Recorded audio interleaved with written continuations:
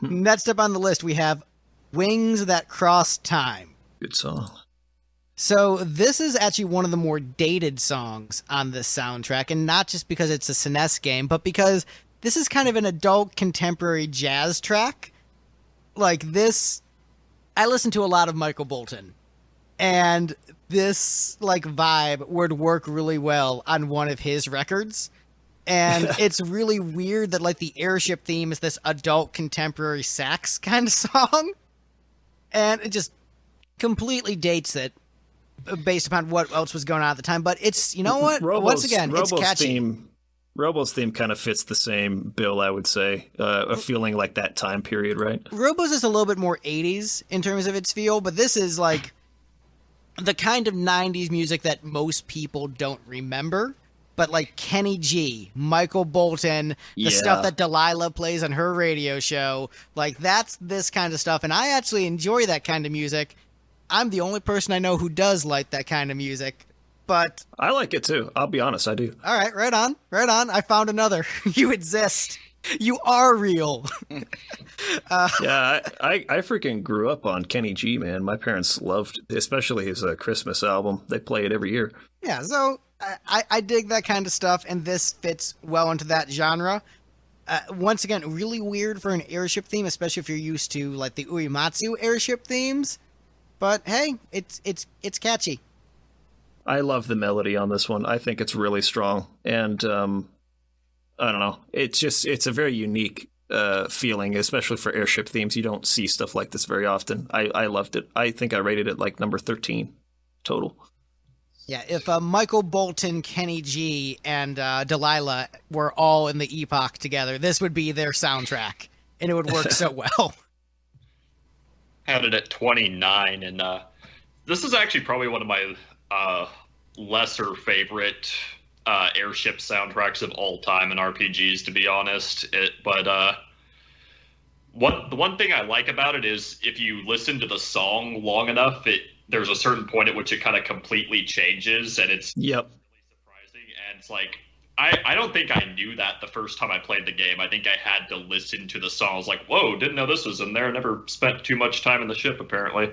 Yeah, I love that change up. It's great. Yeah, very indicative of the times. Like so dated, but you know what? I like the past. The past is cool. There's some cool stuff there.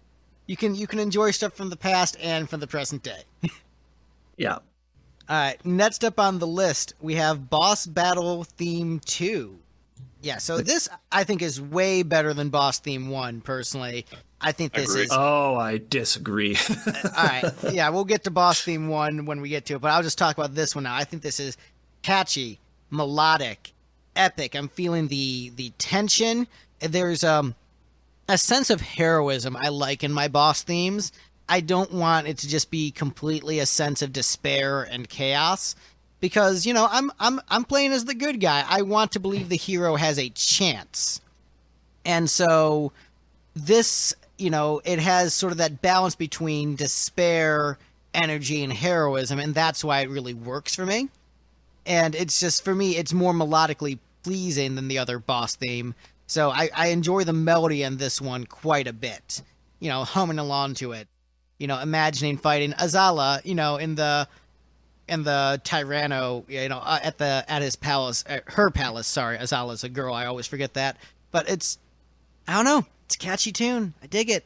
Yeah, I like it a lot too. I think it's great, and I think it does kind of carry more of the feeling of like the hero, more heroic. I think that was a good way to put it, and I think that it feels sufficiently epic. This is one of the best Mitsuda written battle themes I think he's ever done. It's right up there with Gale. Right up there. I think battle themes are a weakness of his, but I like this one quite a bit. I like this a lot too. I had kind of a different impression of it, where to me this one feels more despairing. Like the first time you play the song plays, I think, is when you're fighting Masa and Mune.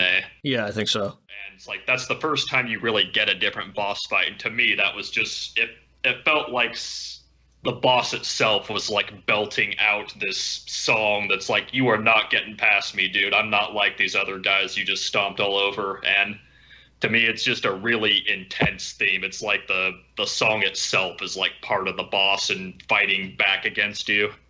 Yeah, I think I agree with that. It like kicks up intensity. Especially if you're listening to the first one and then you get to the second phase and this one kicks in, it's like, okay, this got real now. Like this is I agree with you with that actually. I think you're right on that. Yeah, I think it's more.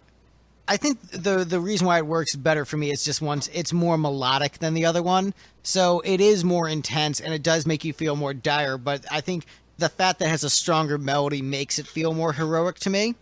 So I think that's why just on a pure melody level, I like it's so lame I keep going back to the same things. I'm a bit predictable in my opinions, but strong melody almost always wins out for me.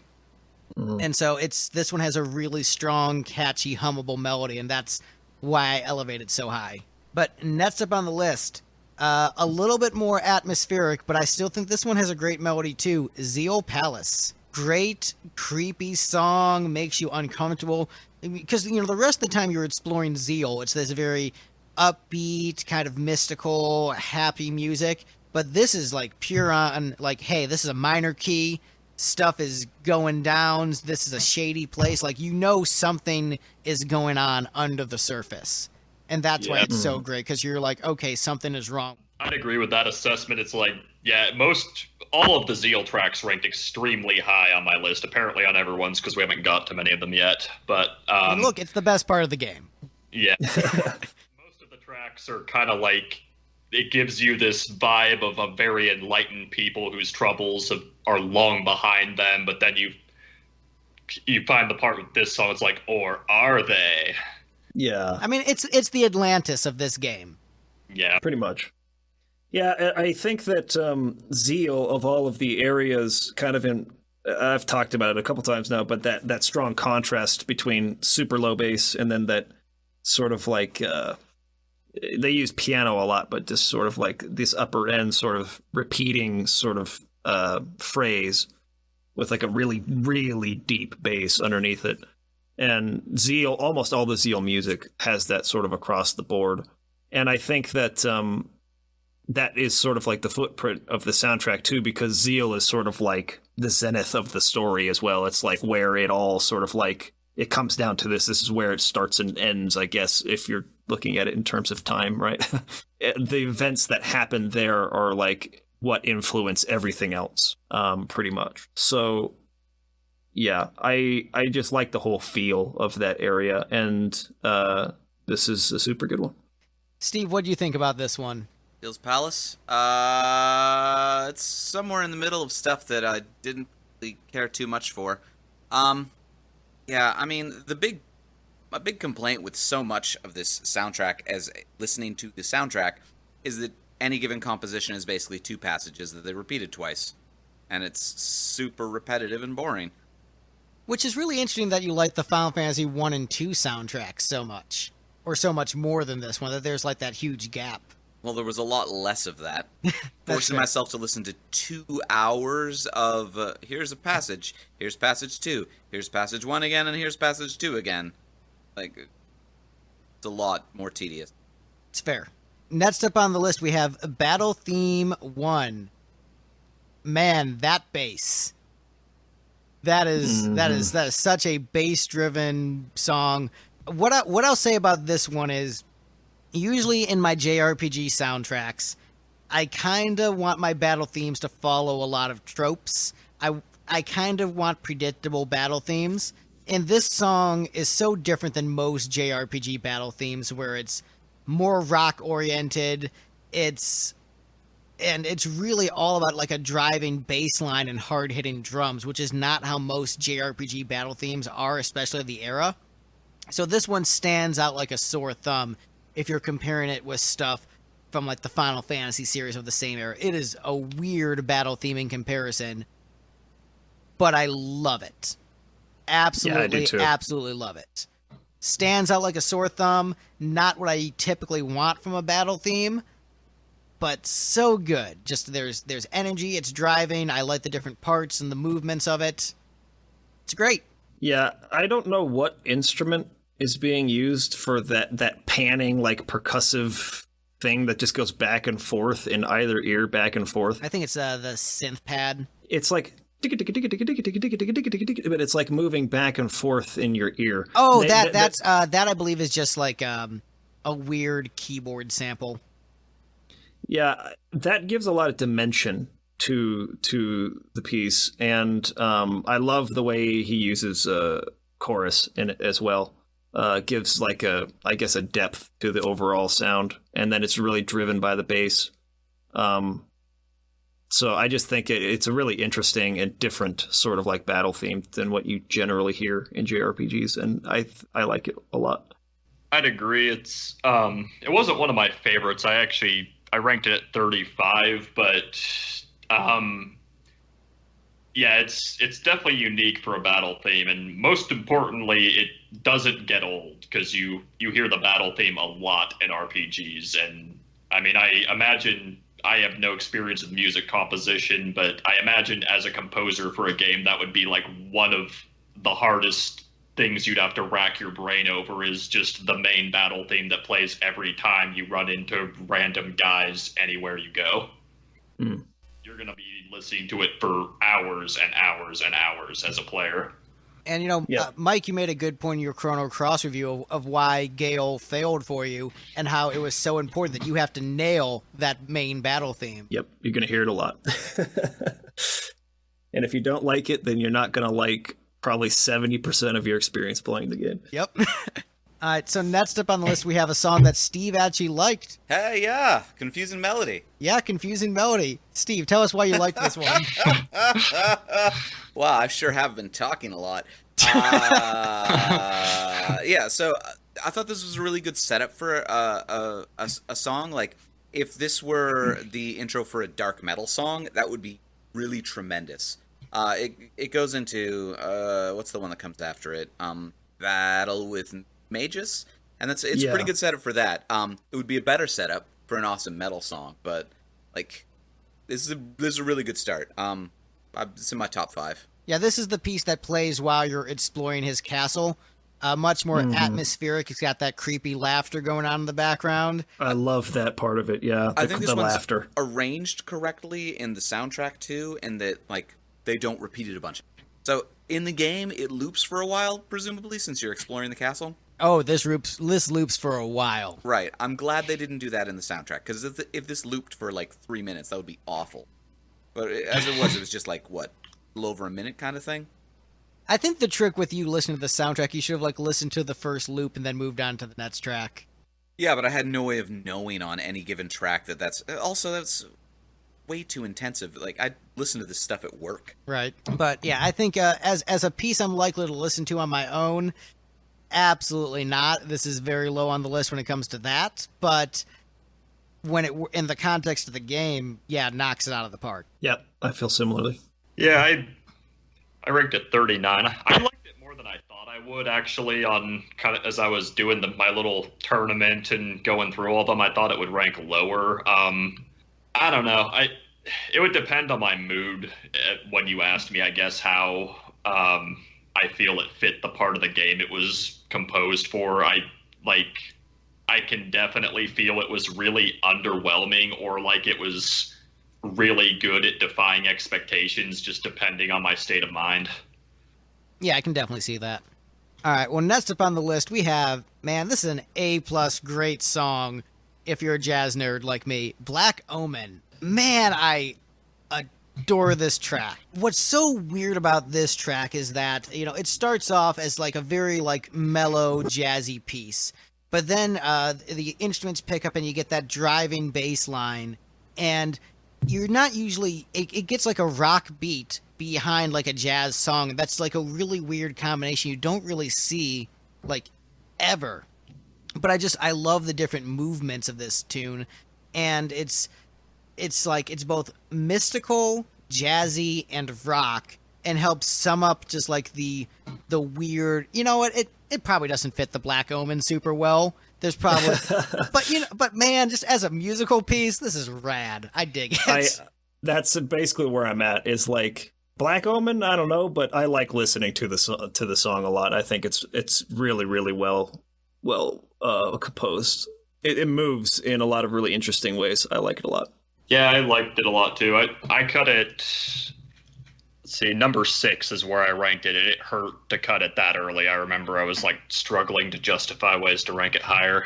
But yeah, I think it was all right for a Final Dungeon song. It wasn't, for the time that Chrono Trigger was out, it wasn't a very Final Dungeon-ish sounding track, I guess. It was probably more fitting for the scene where the Black Omen's first rising than actually going inside of it and doing your thing.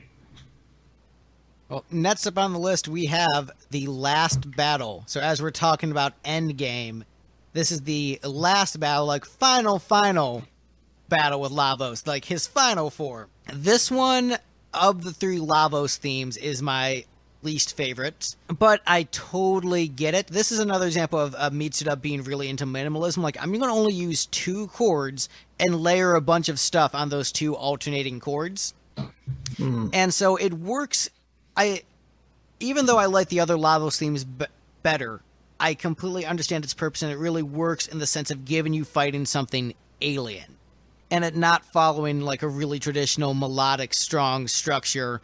I want something a little bit more melodic, a little bit more heroic sounding, but this is meant to feel alien and is a really good, hey, we're in a vortex fighting the final boss, which is a JRPG trope. We're in a vortex fighting this weird otherworldly being, and it fits very well in that context. Well, and I think that it kind of just keeps building, like up and up and up. So it gives it a feeling almost like of a steepness, like you just continue ascending up and up and up and up, and it's like, I don't know, I think that's very fitting for like a last battle or a final fight. It's like this is the last sort of stretch, and it's the hardest part, the steepest part of the climb,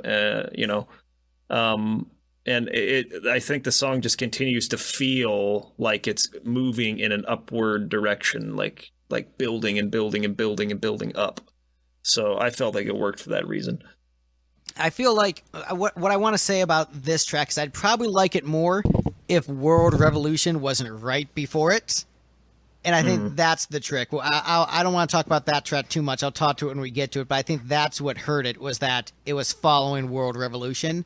And I'll leave it at that for now. Mike, how about you? What's your thoughts on the final battle, last battle? I apparently liked this track a lot. I ranked it number 3. I didn't realize I liked it as much as I did until I did these rankings. Like, I just kept seeing it move up in practice. I was like, really? Is this going all the way? I never liked this track when I first played Chrono Trigger as a kid. I thought I was comparing it to other final boss songs from RPGs I'd been familiar with, and I thought it was really kind of anticlimactic. It didn't feel like enough of a final boss song. Part of that, in hindsight, was the fact that SNES emulators were not at all perfect at capturing the sound quality of tracks. I can look back and realize that now. Like, if anyone played old Chrono Trigger ROMs, like the wind song outside in certain scenes sounded like a siren on the early ROMs. Yeah, I don't know. I just find it pretty much, like Greg said, really fitting for what you're doing at the time, and especially how much more HP that Lavos form has than anything else in the game by such a wide margin, and how long that battle is. It just, I don't know, it feels like you're just dragged into totally unfamiliar territory with that final form, and it's very fitting for that. I also probably was not able to escape the bias of associating it with kind of like foreshadowing of final boss themes from later in Mitsuda's career. That all said, I probably wouldn't have ranked it as high as I did if I was listening to the version without the Lavos shrieks in it. Yeah. All right, well, next up on the list, we have Far Off Promise. Beautiful piece. When we're talking about making you feel nostalgia, boom, this is the track for me. This is the piece where I'm really feeling reflection on the past. This is just, it's the music box piece. It's sad. It's powerful. For me, this is one of the best pieces from the soundtrack. Yep, I like it a lot as well. I think I like the other version we talked about earlier, the epilogue version of it, but it's great. Yeah, so I think we all agree the melody is great, except for Steve. We all agree the melody is great. It's just we disagree on the particular arrangement that gives us the most feels. Yeah. If this had been the last song, I would have given it a lot more points. I mean, it kind of was. Yeah. Oh, so like I got the impression from this one that this was a closing credits song or track. Epilogue to Good Friends is reused similar. it. Yeah, they used the same motif later. So this is the introduction of that motif. The pre-epilogue track. Well, no, it's introduced at like dramatic scenes earlier in the game. Oh, well, then that's exactly not what I was anticipating it being. It tends to be associated with Marl's character a lot. Yes. Yeah. It's almost like her theme. Well, like I think the music box thing, like That's what it is. yeah, the vibe I got from it was like this is the sort of melancholy. I don't know, maybe if you got the bad ending, this melancholy closing credits scene. They actually do play it in one of the bad endings. Oh, okay, like this version of it. Yeah. Oh, all right. Well, so there was 30 minutes of soundtrack left when I got to this one. That was my problem with it. But somewhere in the, I don't know, upper mids, because it's not completely forgettable. I probably ranked it the lowest at 43, and I think it's just because there was a version I liked better that it felt kind of pointless to rank it higher. It's a very important foreshadowing of a superior music box song in Xenogears. All right. Well, speaking of different opinions, we have a song I ranked second from the bottom next on the list. Boss Battle Theme 1. I liked this one, actually. It reminded me of Jethro Tull. I mean, yeah, all those, like, Uematsu, Mitsuda, like, all those guys were really into, like, 70s prog bands. Like, they were all into, they're all into Jethro Tull, Yes, Deep Purple, Rush, Genesis. Like, they were all into those bands. So I'm just picturing him standing on one foot programming a flute. Yeah, they were into that. And So why did you hate this song then, Greg? That sounds awesome. It's not as melodically pleasing as a lot of the other tracks. This, I'm not as into the melody, and I never really cared for this one as much, even as a kid. I always, like, in my internal kid ranking, this was always lower on my list.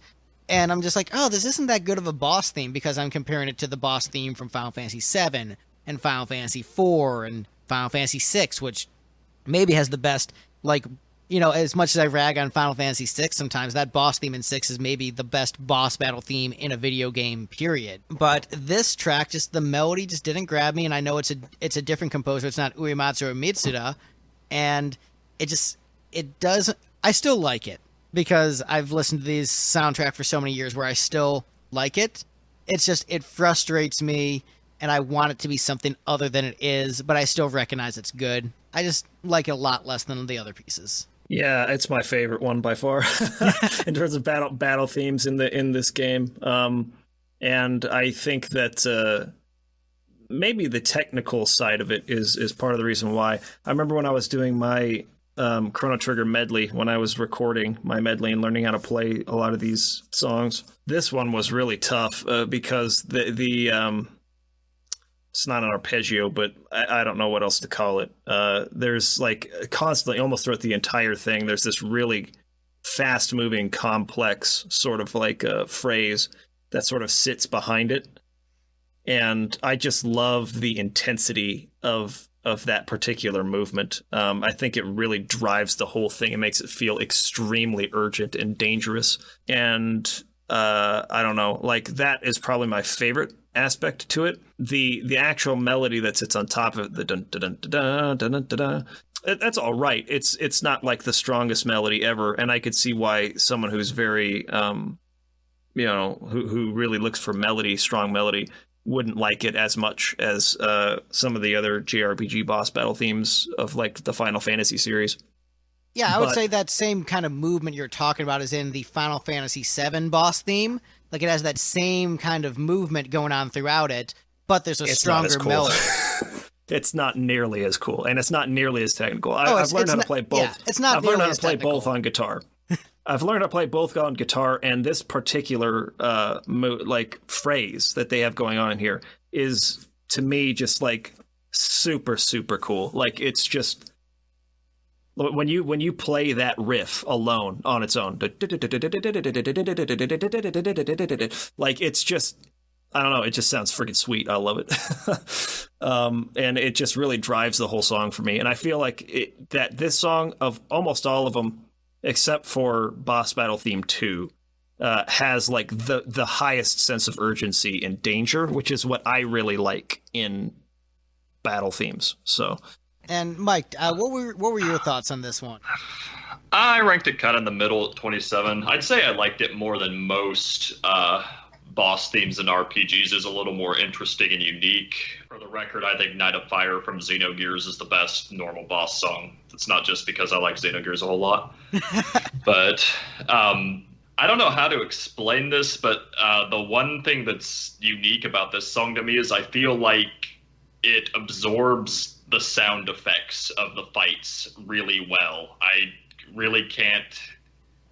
I don't know why I feel that way, but it's somehow in normal boss fights in Chrono Trigger, it's like the little battle sound effects seem like they're part of the song to me. Like I don't know. I've never heard another song that's given me that feeling. I don't know if that makes sense at all. I think because there's constant movement throughout it, and it's just constantly like da-da-da-da-da, like it never stops. Adding in extra noises just feels like it fits. Because it's like, just keep on going. All right. Next up on the list, we have Presentiment. Prologue screen. Basically, yeah. So, yeah, I have it at number 12. I think I knew it as Premonition. So, yeah. Love it. Super awesome. Yeah. It's one of my favorite songs. It is just, it gets you like sucked into the sense of mystery of what you're about to experience. And it's just, there's like 5 opening songs to this game. Where like it doesn't really start until, this opening, then this opening, then this opening. But once again, just completely, it sucked me in, and it made me really excited to see what kind of mysteries I was going to unravel over the course of this game. Yeah, I think it's the 2 perfect choices for instrumentation. An arpeggio in the upper range on the piano, that very mysterious sound with like a chorus underneath it. And there's kind of a way that the chord progression of the chorus, that the way it lands like in the final chord, it sounds very mysterious. Yeah, it doesn't resolve, and it's like, ooh, what is this? Like, what am I getting myself into? What's coming? It really pulls you in, because I think the chord right before that one is one that kind of lifts it a bit and makes it feel like hopeful, like you're about to resolve, but then it doesn't quite resolve on the final chord, and that just like makes it like super like ooh, like eerie, mysterious, and like makes you curious to like jump in and find out what the game has to offer. So for that purpose, I think it is probably the strongest way they could have opened it up. Yeah, that mystery is. The first time I played that game, that was a really jarring transition from that to Chrono, wake up, you're going to be late for the fair. Right? You're going to be late for this all-day event that doesn't really matter what time you show up for. All right. Next up on the list, we have At the Bottom of the Night. This is one of the stronger songs with the feels. Like, this is very sad and gives you all like the sad feels. The main sadness song, yeah. You can also get a Kilwalla to play it in a pub in You 4, can. however. You can get that guy. I like it. Isn't this the one that they're singing this like song to freaking Magus or whatever? No, that's a different tune. It's this like really droning thing that I don't even think is on the soundtrack. No, I feel like he's talking about a different part, because you're talking about like in the church, but there's a... Oh, you know what? Right. I think you're right. Somewhere... Yeah, I think they do sing the song to Magus. I'm thinking in the cathedral, it's like when you go past the room where the queen and it's the monsters dressed up as them, right? Yes. And you go past and you kind of go up towards the statue, and they're all sitting there like singing a song to Magus or whatever. I think this is it.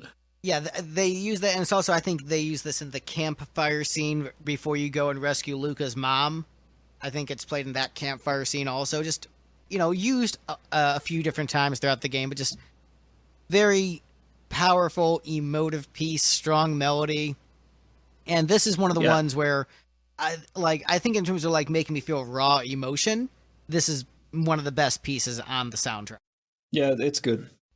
I ranked it number 5, actually. The scene that always comes to mind to me for this is right after you beat Azala, when she's dying in Lavos. They have that little cinematic of him hurtling through space and slamming into the planet, and his big old scream as he makes that crater. This song's actually playing that whole time too. It works so well in all the scenes it's used. It's it feels like they're cheating, like, hey, here's this really sad song, I'm going to give you all the feels, but damn it worked each time you did it.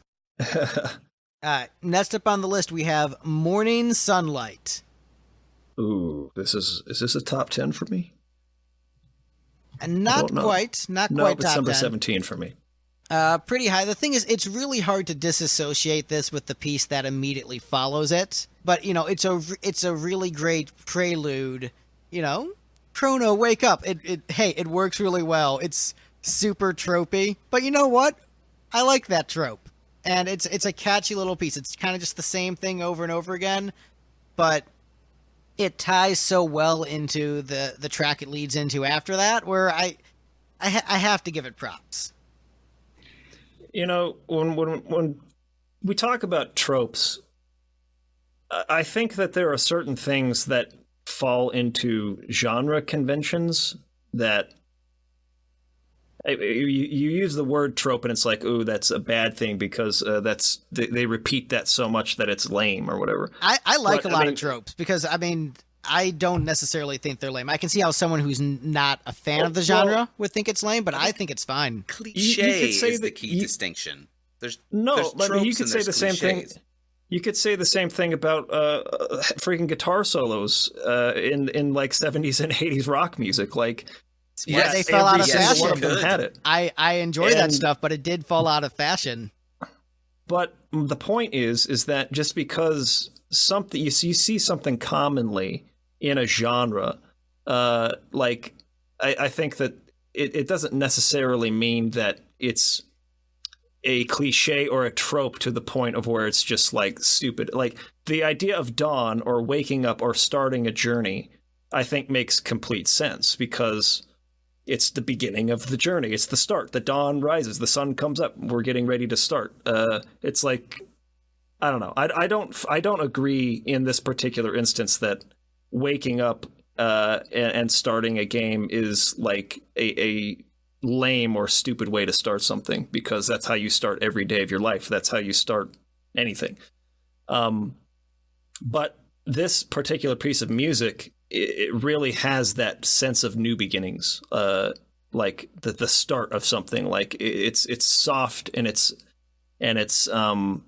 like peaceful in the sense of what the dawn feels like. And so I like this one a lot, but I think you're right. It's really hard to separate it from the song that comes after it because it just flows right into it. It's just like goes straight into the next piece of music, and they almost feel like the same thing.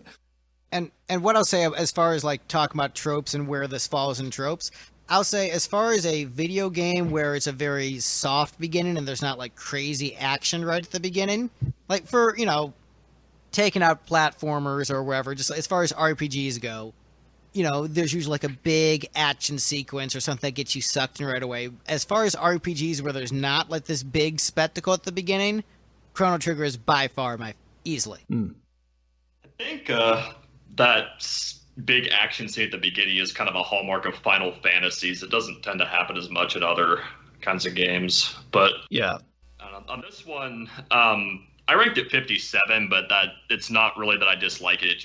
There's not enough there. I think it's really, really good for what it is. I could have stood for the inclusion of birds and popping sounds in the OST version.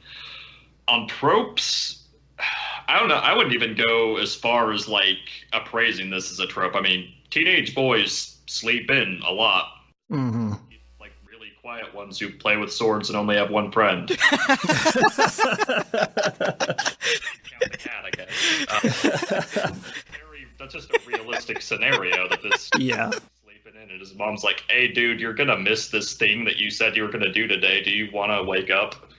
That happens all the time in real life. Yeah, as a teenager who grew up really depressed and didn't have a lot of friends, I had my mom wake me up many times mid-afternoon and be like, "You have to do something today. Like, get out of bed and go do something. You will feel better. Please just go."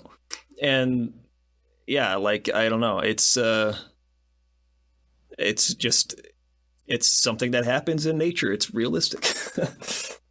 Yeah, my parents were mostly absent during my high school years, and I just got up on my own. But I'm like, I have to wake up so I can play Chrono Trigger again. All right, so next up on the list we have Sealed Door. This is my favorite of the Uematsu tracks. Mine too. Mine too. This It is a ranked good the one. highest of my Uematsu tracks.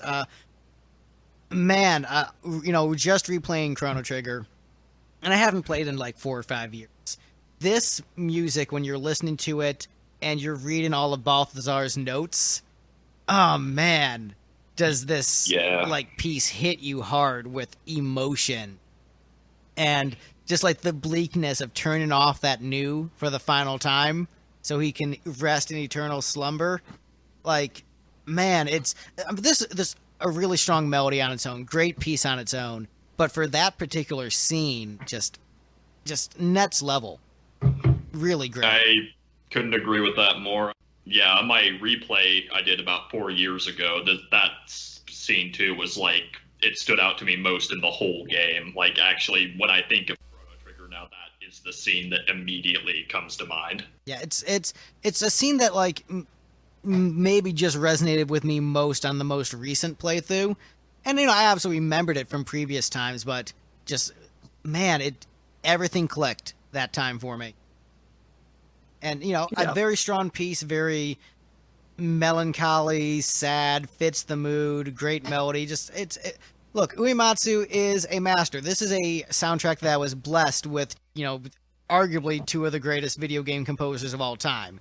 If you had Shimomura on this soundtrack too, I just don't know if I would be able to handle the amazingness. But it's a great piece. Yeah, I like it a lot. All right, so next up on the list we have Singing Mountain, a track that wasn't in the original game, but really strong piece. And a shame that it was cut because it is so good.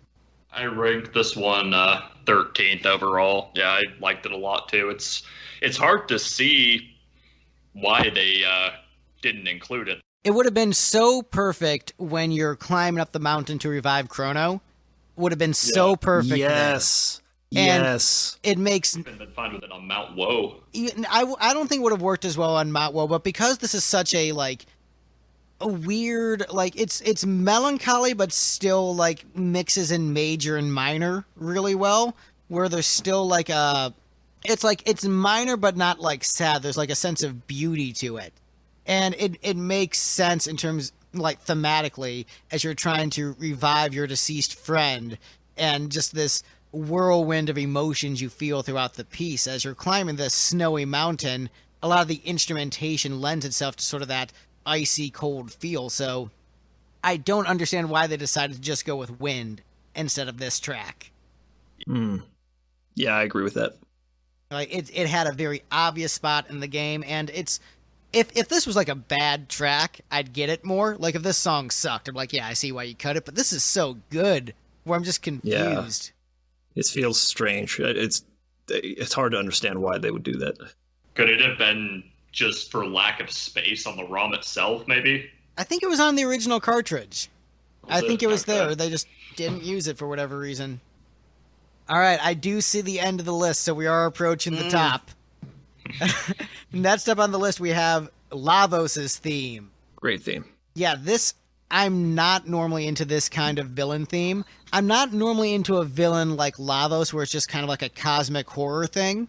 I usually like my villains to have motivation and can understand them as people. But as a force of nature villain in any medium, I think Lavos is by far my favorite. And it's just the writing of all the different things around that character works so well. And this theme, it has different movements, but it just really captures the menace of this creature that is larger than life, that is this unpassable goal, this thing that you wonder how there's any way you can possibly defeat something so massive. it really captures that well, and it's so weird that I like this piece, given that like the melodic decisions it makes are things I typically don't like, but it's so catchy, and I'm like, all right, it's doesn't like it's when you like something that's outside of the genre you normally listen to, we're like, oh, I don't really like punk music, but this Ramones song is awesome. Right. I don't normally like this kind of villain theme, but it's so good where I'm just like, yeah, it's great. Yep, pretty much agree with that. It's not super complex, doesn't really do anything all that exciting, but it just has a sense to it that just feels really massive and like overwhelming, I guess, which is kind of what Lavos is. It's like, what is it? You can't relate to it. It's not human, right? Like, it's just this big force of nature, and I guess the song sort of captures that really well. Yeah, I'm assuming we're going off of like the really long 5-minute version, because there's like the short. Okay, yeah, that I rank this number 9, and yeah, when it starts to vary as you listen to the song, I think is like, yeah, pretty much what Greg said is spot on. It's I kind of felt more similarly to you as a kid, where the song and the character of Lavos in general, I found kind of boring for lack of character. But as I'm older and see like how much of human life really is just like absolutely forced adaptation to things that can just absolutely annihilate us and not blink an eye, I Lavos a lot more. And I mean, it's definitely one of those things. Just chilling out 65 million years is part of my life cycle. Like, because it's a SNES RPG, a bunch of teenagers whoop his ass and it all goes well. But real life, something like that is just like, yeah, that's it. Like, that's how humans are all gonna die. Yep. And I'm comparing it to other soundtracks, it kind of reminds me of the theme of Valmar from Grandia 2. We did an episode with Dreamcast Guy, a couple episodes. It's the Scar artist. Yeah. And, it's hard to quantify why this track works for me and why the other one doesn't. I didn't play Grandia 2, so I was looking at that one from an outsider just listening to the music. But I think this really captures the sense of menace. And I think just because, it's so slow and there's all those tom hits and just those big thundering drums gives you the sense of this is a big creature. Just those thundering drums make you think large, gigantic, Godzilla, kaiju. It invokes that. And just this, it works for me in the context of this game. And it's a musical piece where, as weird as it is, I would listen to it on its own. Yeah. Yep. Kind of song that makes you want to sink to your knees before an alien god. All right. So next up on the list, we have The Day the World Revived, aka Game Over theme. Yeah. So, very, very bleak sounding little track, very simple. Not meant to listen to it very long because you're frustrated. Because you're like, all right, I know what to do this time on the boss. I'm just going to Luminaire it just nonstop. Luminaire over and over again, spam it. This is the one that plays when you die? I believe so. It shows how often I die in Chrono Trigger, I guess. But it's I associate it with when you pop back up out of the little bottom part of. Okay, yeah, you give those guys the seeds, and they express their unfamiliarity with the definition of healthy. And okay. I finally found it. I ranked this one on top 10. Yeah, I love this song. I think it's amazing. I don't remember it being a game over theme either. Because you guys must be better at Chrono Trigger than me. I don't know. I mean, I also played it after I had played many, many other JRPGs. So I would say Chrono Trigger is on the easier side of JRPGs in general.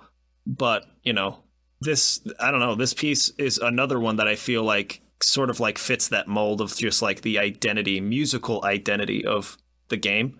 And I don't know, it gives me like a really mysterious sense, but at the same time, like conveys like very specifically like regret. And songs that are more somber like that tend to be the ones that I like better. They speak to me emotionally. So I think that's why I ranked this one so high, despite the fact that if we're looking at technicality, there's definitely a lot better pieces on the soundtrack.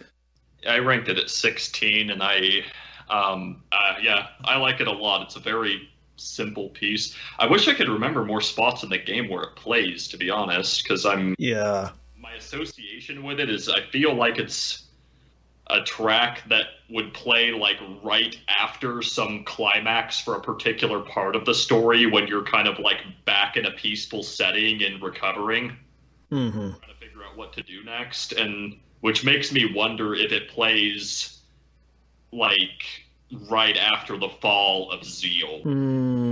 Yeah, maybe. The time I remember it most is you watch it right after you see Lavos destroying stuff for the first time. Is I think when you listen to it, like when you watch the screens of the Day of Lavos in 2300 AD, you watch the screens. Oh, I think you're right. Well, maybe. I don't know. Maybe. Yeah, Yeah, you are right about that. I'm pretty sure. I think that does happen. but I think it's So, also yeah, it's that kind of incorporated song. into Lavos' theme, so I might be remembering that wrong because it is like the middle section of the Lavos theme is this track. You're right. You're right. You're right. All right, hey Steve, wake up! Your favorite is next. I know, right? All right, listen up, you bastards. OG Mike, I guess you get a pass, but you're on thin ice. Robo's theme, best song on the album. It's I just love a this song. straight up catchy new wave song. I freaking love it. You guys, Martin, You know- putting it in the bottom half are just wrong. So, like, everyone compares this to Rick Astley, right? Getting rickrolled. Yeah, there's a- never gonna give you up. Robo Like, rolled. it absolutely feels like that, and the joke is always on other people because anytime someone rickrolls me, it's like, I love Robo's theme. That's my first thought. I love this song. I'm glad Like- they played it for me. Yeah, you just put me in a good mood. Thanks, pal. Yeah, I love this. I love this piece. I think it's amazing. So catchy. It is cheesy, but cheesy in just the right way for me, I think. And it embodies Robo's personality perfectly. I love it. Yeah, because I mean, it's essentially all right. So, Steve, I'm going to give you a reference you'll understand. He is essentially Crichton from Red Dwarf. Okay. So he's all about like, oh, you got to break your programming and be a little bit more lively and fun, but ultimately has a good heart and just wants to clean up after everybody. Like that is what Robo is. So Robo is just the Crichton of this video game, and this is his theme song. Nice. So, yeah, I mean, it's great. It's catchy. I love the drumming on this piece, the sort of more industrial sound to it. It's catchy, it's fun, and it works well with the character. You know, what's not to like? It's great. I think it's probably just that I don't particularly like Robo's character or his whole part of the story. It's those always kind of felt like I was just putting up with it to get to the rest of the game to me. You're putting up with it to get to this song. Played this game. This was one of my absolute favorite songs. Like I'd clearly been too saturated with different associations that lowered it on the list. This was probably one of the first songs I just listened to on repeat on MIDI when I started playing this game. So I know that I have a bias that ranked it lower than it deserved to be. Next up on the list, I think we're back to discrepancy in Steve hating the world. Yep. Got Undersea Palace next on the list. All Oh, right, really? So, yeah, Mike, blame Steve. Yep. Uh, I'll put this at like 51st. That's all right. I didn't think it would be my number one. I was kind of surprised that it beat out Sealed Door. That was the favorite to win the whole tournament. Better Final Dungeon music than Black Omen. Yeah, that was definitely a weird part about it. Yeah, this is a really interesting piece. Just in context of like the full album, really. It is really good though. I like it a lot. I don't think it's one of my absolute favorites. I think I rated it like number 22, so in the upper half. But I do like the synth that's I don't know the technical term for it, but that's doing the like what's lying underneath everything. The Oh yeah, no, that'd be a synth, and that is, yeah, maybe like one of the best, I guess, riffs I'd call it on the soundtrack. Yeah, I like that riff a lot. I think it's really interesting. Yeah, it's, I don't know if I have as much to say about this one musically. It's just, it gives you a really good sense of epicness and tension, and you're building towards something. And it makes the Undersea Palace one of the most memorable epic dungeons in the game. Mm-hmm. It's, to me, I like that there is like that undertone that's at the very start that remains constant, but I like that it like changes up what's going on in the song like every 5 or 6 seconds. It's totally different all of a sudden. At least from my perspective, I'm sure there's more consistency to it that you guys see that I probably wouldn't be able to, but it just seemed like it's constantly shifting gears, but with the same overall message to what's going on. And especially like as you're getting to the Undersea Palace, I don't know, I like, if I felt like Boss Battle 2 was like a song that is part of the boss you're fighting, this is like something I feel like is more on your party's side when you're raiding Undersea Palace. Like, to me, it captures like just the kind of aggression of that I would be feeling in that situation, just like how totally fed up I would be with these Zeal assholes after everything I've dealt with up to that point of like having Shala kidnapped, finding out that they're responsible for Magus, and just how like, okay, I'm determined to kill all of you here and bring this to an end. I am sick of this. I could puke blood. It captures that aggression and determination to just annihilate people who have like gone too far and you genuinely feel should not exist. I don't know if I can follow that. So that's how it makes me feel. All right, so next up, Memories of Green, 1000 AD map song. Yeah, love it. Again, similar motif with the stinted like high-end piano. With it almost sounds like an echo in and of itself, right? And the melody is just beautiful too. One of my favorites, top 5, I think, for me. I think, one of the reasons I don't like this one as much, and I still like it, the problem is that it's competing with the first town theme, Chrono's town. And so when it's... when you're stepping like in and out of the so town you have, or whatever. Yeah, Peaceful Days, which I love, and I'll talk about that piece more when we get to it. But this one, it's more mysterious, which makes sense. You're leaving your hometown and you're exploring the wilderness and, different terrain, different cities, going to a different continent or whatever. So it makes sense. But I think it's almost too mysterious for 1000 AD. Like, this is... I could see that, yeah. This is your home time. It's supposed to be, the most relaxed place, where other world map themes sound a bit more comforting than this one. And that's why it's a bit odd for me. But, I mean, it's incorporating a lot of great motifs, and it's a great melody, so it's really hard for me to rag on it. Like, I think it's because of maybe its placement in the game where I don't like it as much. Whereas a musical piece, I like it, but its placement in the game maybe doesn't work for me as much. But artistically, I understand why they did it. I think that's totally fair, actually, especially when the first scene of the game is a festival and everyone's like excited. And then if you step out of that little small space of hometown, it's like a very, very different feel. I think that this one, for me, is just, I just love the piece itself so much. And of course, I do, because it works in the Chrono Trigger theme as a leitmotif within there. And I just love that theme. So, but I don't know. It embodies more of like the general musical identity of the game as a whole, but I think you're right in saying that it's probably not the best place to place it contextually. I actually liked it a lot. I ranked it, 21.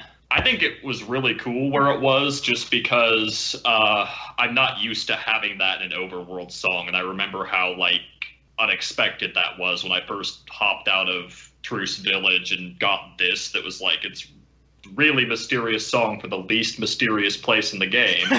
Yep, that's what we were saying. You don't know that at the time, though. Maybe there's some cool stuff happening around there. There might be a koala playing piano somewhere. Yeah, and there was. You just gotta look. Yeah, I don't know. I like it how just I don't see. if you really analyze the plot, it kind of does fit, though, because 1000 AD is like the most misleading timeline in the world. Like, there is absolutely horrible stuff going on. Lavos is like 99 point a string of 9% of the way through his little birth life cycle. Like, everyone's just playing around in the Millennial Fair. Hey, we beat the Mystics, nothing to worry about. Oh, yeah. This isn't what it looks like. That's really interesting. That's a really interesting point, because it on the surface, it appears like this is the best time to live. This is the most peaceful time, and that all of that's true.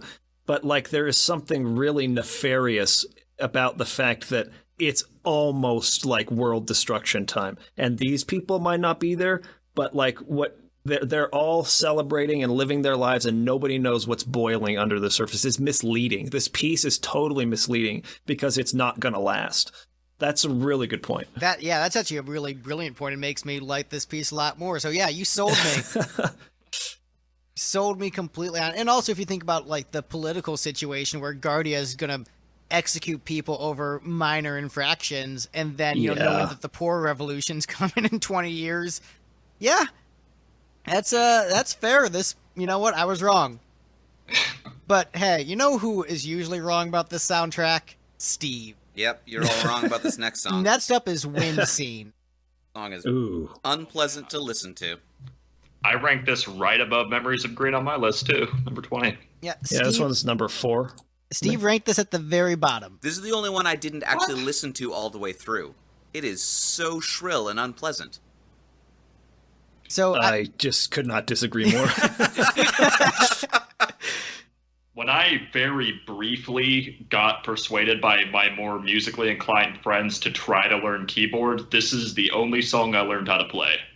This like in 12th grade, but that's how much I like this song. Yeah, so Yeah, I understand brilliant. Steve not liking it because I can understand those frequencies of the strings being a little bit unpleasant to the ears and like nails on a chalkboard. So I can actually understand why those frequencies would annoy him. It's still weird that you like Tales of a Scorched Earth by Smashing Pumpkins if like unsettling frequencies annoy you. But, you know, that's beside the point. I get why this piece doesn't work for you. However, this is one of the most... I mean, is it supposed to be unpleasant? No. Oh, well, there you go. That's the difference. Tales of a Scorched Earth is an apocalyptic song about the world ending, so unpleasantness makes sense. I see, like, listening to it, I see what you mean when you get past, like, the first movement and you move into, like, just those really high-pitched strings sort of carrying, like, a longer melody towards, like, the middle. I've heard a lot of OSTs, especially for games, where they try to use really high-pitched strings like that, and it's just like, ooh, that hurts my ears to listen to it. Like, it like... There's like a part in the back of my head that's like very uncomfortably tickled by that frequency. But this doesn't do it for me. This frequency doesn't bother me in that way. I think that it's soft enough to where it doesn't feel shrill. And that's probably why it doesn't bother me like it does for you. Yeah, I think melody-wise, this is one of the strongest pieces on the soundtrack. I think in terms of its placement in the game, it's one of the best pieces because it starts off very mysterious. And it makes you uncomfortable when you're in 600 AD for the first time because it's, hey, you just traveled through time. This is weird. This is crazy. And it feels different and uncomfortable. But what's weird about this piece is the more you listen to it, the more comfortable you become with it. And that's just, I think, a really fascinating way it was composed, where you get used, it like the phrase in the beginning, it makes it uncomfortable because you don't really know what direction it's going. And then it flows so effortlessly into the more brassy section, or I don't think they're actually using brass there, but it feels like brass. As it moves into that section, it feels more heroic and flows so well between the two. Where then every time you go to 600 AD, it becomes one of the more comforting world map themes. And so that's actually, I think, a really clever composition in terms of how it was written. Yeah, I think that's a pretty good analysis. I probably wouldn't have thought of that myself, but one thing I'd say about it is I feel like it's this is probably similar to what you were just expressing, maybe just from a different angle, actually. But it feels like it is definitely the theme song of something. Like it has an atmosphere playing, and when you show up, you don't know what that is, and it goes really well with you start talking to the people in the pubs and stuff, and they're just all making fun of you for being dumb and not knowing about what's going on in the world, and it's like that theme song's on their side, like that theme song's encapsulating their mood. You just don't know what that is. And it's also a really good encapsulation of that mood once you learn what it is, which is kind of like, I associate it with like the average NPCs you talk to, like the people cooking in the castle or the guys chilling out in the shops and pub, where it strikes me as like a very, these are dark times, but gotta eat when you can. Like, Right? Yeah. people trying to live in times that they probably would rather not have been born into. Yeah. All right, but we are getting towards the top, gentlemen. Next up on the list, we have Fanfare 1, a.k.a. Luca's theme. Love this song. The best fanfare out of the Final Fantasy series. Like, if you're taking Final Fantasy fanfares out of it, boom, number one fanfare in a JRPG. Oh, period. outside of the Final Fantasy. Outside of the Final I Fantasy was going to series. say, this isn't the Final Fantasy series, Greg. I know it's been a long episode, but did you forget what game you're talking about? I'm talking about Final Fantasy Chronicles. Yeah, this track is super good. Really embodies just like the lighthearted, like extremely excited sort of like feeling of teenagers going to save the world. That is a bit cheesy, but I think also just like really exciting at the same time. Yeah, I mean, this works so well as a fanfare for the game, as a theme for Luca, as a fanfare in Chrono Cross.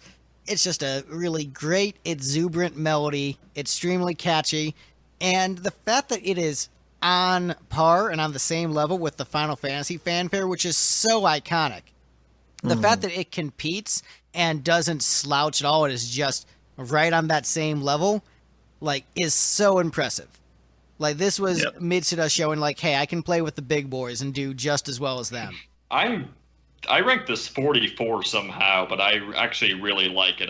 All I can say is that the soundtrack as a whole is really good, and I liked a lot of other tracks better. Yeah, I mean, it's tough to rank something when you're like, I like all these things. Which of my children do I love less? Yeah. One thing that's kind of ridiculous about this song is the first thing I think of when I hear it is I beat Johnny in the bike race. That's awesome.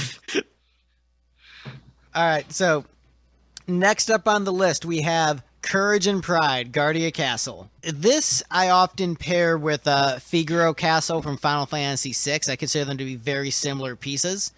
But I think this is a better version of the same song, essentially. The heavy brass really gives that regal sort of feel to it. And just exploring Guardia Castle, finding all the treasure chests, listening to this song, like, it completely worked for me. And this is one of my absolute favorites from the soundtrack. Just loved it as a kid, love it now. It's just one of the strongest melodic pieces. And not to say Figaro Castle from Final Fantasy VI is bad. That's a great piece, too, and one of the best pieces from that soundtrack. But I view them as sort of sister pieces, this track and Figaro Castle, and this is the better version of the same track, for me at least.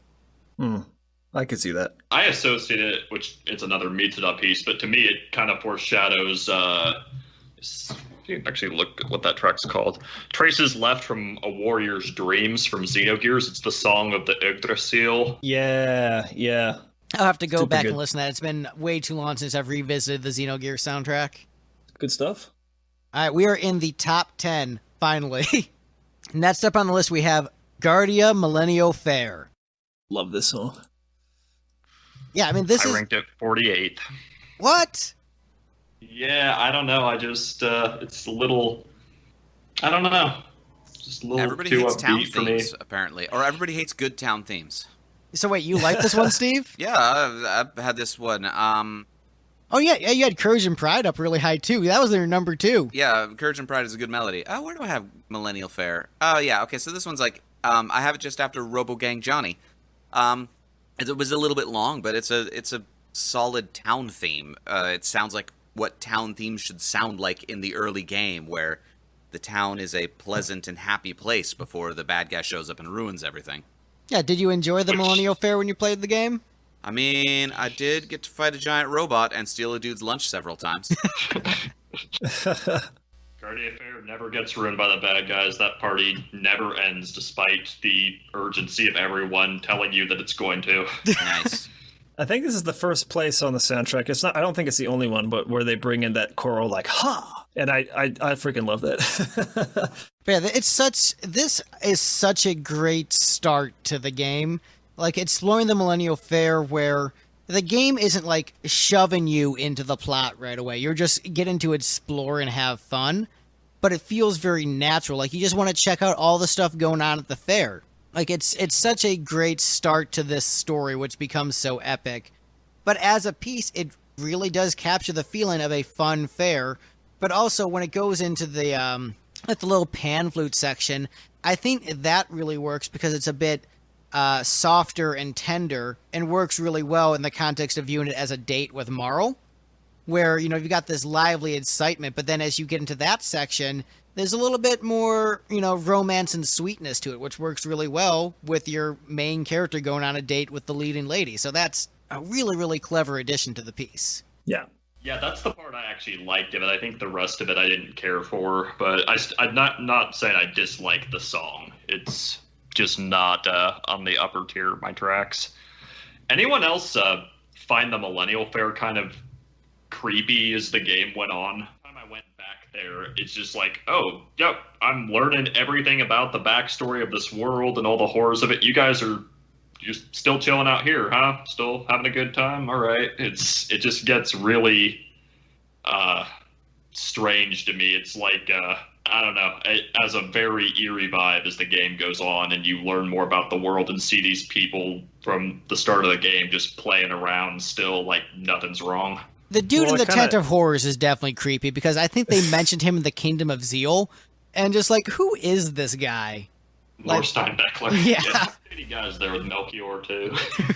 It kind of lends to your analysis what you said about Memories of Green, though. Like, more and more, like, as you learn what's going on, it's like, oh, there's nothing to celebrate here. This is not actually as peaceful as we think it is. And yeah, it's really, really interesting. All right, next up on the list, we have Delightful Specchio. I think I rated this one lower than you guys. Yeah, you did, but I think this is more like the middle rising to the top. It's still, it's in everyone's top half. Yeah. Yeah. I have it at 19, which I thought it would rank higher, actually. I was kind of surprised I put it that low. I mean, hey, Specchio is a fun character, just like the God of War chilling out at the end of time. Like, hey, do you want to fight me just cuz? Sure, why not? Why not, dude? I like Specchio. Yeah, he's a fun character. Single-handedly could just solve the events of the game if he wanted to. Like, could just one-shot Lavos, but just chooses not to. I love guys like that in every game that they appear in. He also foreshadows Jinx in Mario RPG. I'm thinking about it. Yeah. This actually sounds like a Mario RPG song to me. Yeah. Like, it's really fun and really catchy. I like it. Yeah, it's a fun, catchy song. Works well with the character. Very bouncy, very fun. Greg showed me not too long ago an album called Xenocross by this channel called Samo Studios or Samo Studios maybe. But I went and listened to another work of his, which is called Chrono Cinematica, where he did medleys of a lot of Chrono Trigger songs that made it sound like it was in like a Hollywood blockbuster. And I think his treatment of Specchio made me like, it was kind of fresh in my mind when I was doing this tournament, so I probably like overrated it maybe if I'm thinking about it objectively. But it's hard to like forget how. Have you ever heard that, other Mike? Heard. Sorry, I didn't hear the first part. Chrono Cinematica. It's by this the YouTube channel is called Samo Studios, SAMO. I'm sure that I have. I just don't remember anything specific. Like, I don't remember specifically like listening to it. Like, that name isn't like jumping out to me, but I'm sure I must have heard it, is because I listened to everything Chrono Trigger. it was fresh in my mind, so I still kind of I really liked how he did the Specchio track, and I think that probably influenced my rankings a bit. I was kind of just free rambling from a realization I had. Probably wasn't that relevant to the overall podcast. Makes for good pod. I should check it out though. Sounds awesome. All right, so next up on the list, Corridors of Time, aka the Zeal world map music. Oh, so good. Yeah, this is great.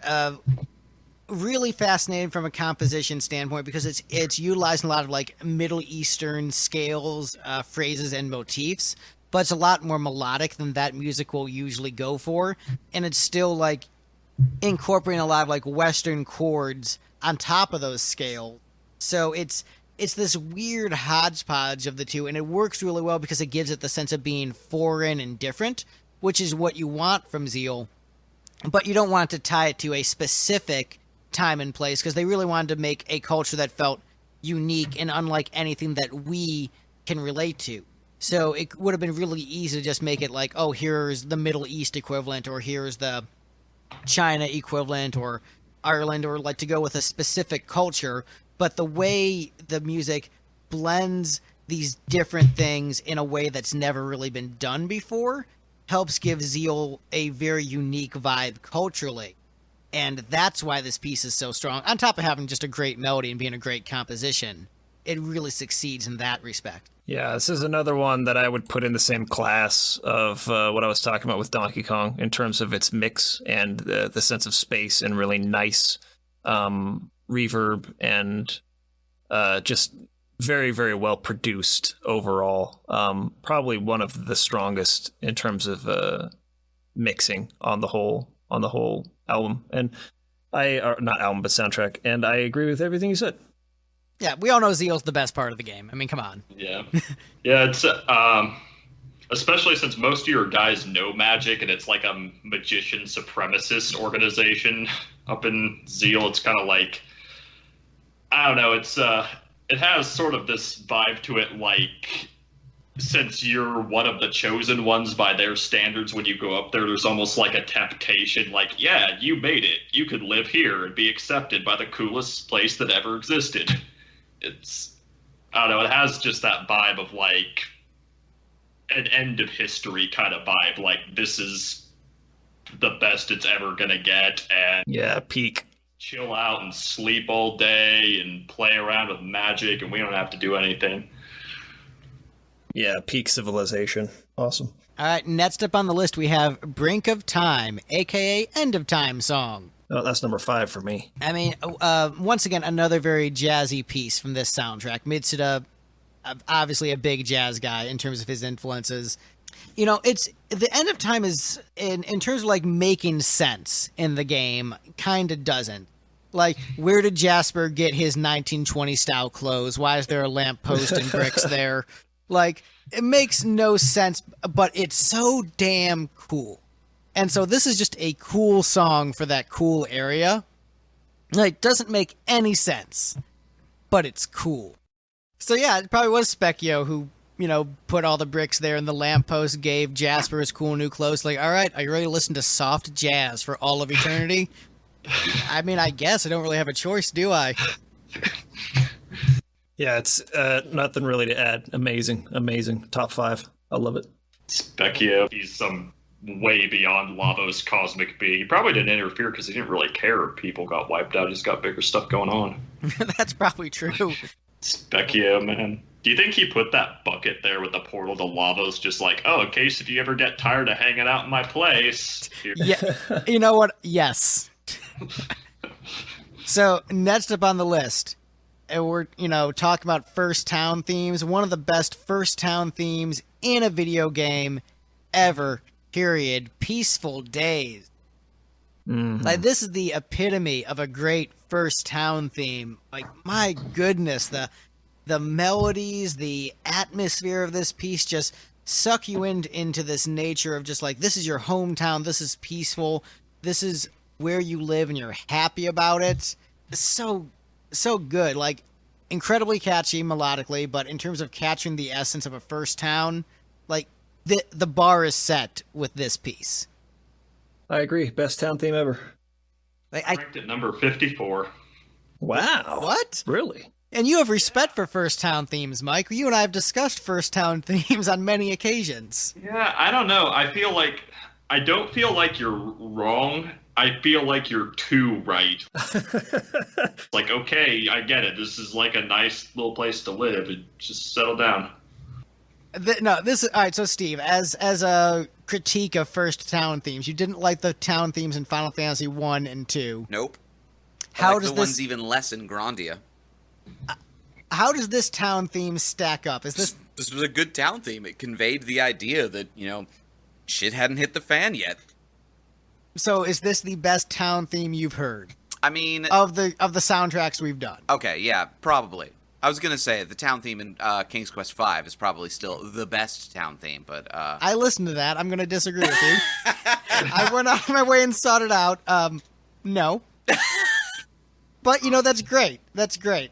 Look, I like that you like Gojira better than the Beatles. But I'm going to respectfully disagree with you, sir. You guys are going to be surprised, but I'm going to give First Town theme to Xenogears for overall best. No It's a way. good one too. That is, I am believe shocked. it or not. I